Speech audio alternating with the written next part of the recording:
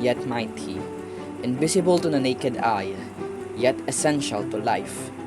Intricately designed, with a purpose so grand, you are the building blocks of every being on this land. Chick cells, so delicate and round, under the microscope, you can be found. Your nucleus and cytoplasm shining bright, a testament to the beauty of cellular light. Onion cells, with your distinct shape, layers upon layers like a delicate cape. Each cell, a marvel of nature's design, a sight to behold under the microscope's spine.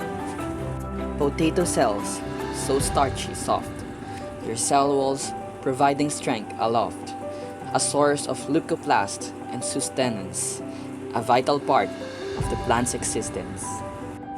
Tomato cells, bursting with flavor, your juicy flesh, a culinary savior, packed with nutrients and vitamins galore, a gift from nature that we adore. Leaf cells with chloroplast aglow, capturing sunlight in a mesmerizing show, converting energy with precision and grace, a marvel of photosynthesis in every trace.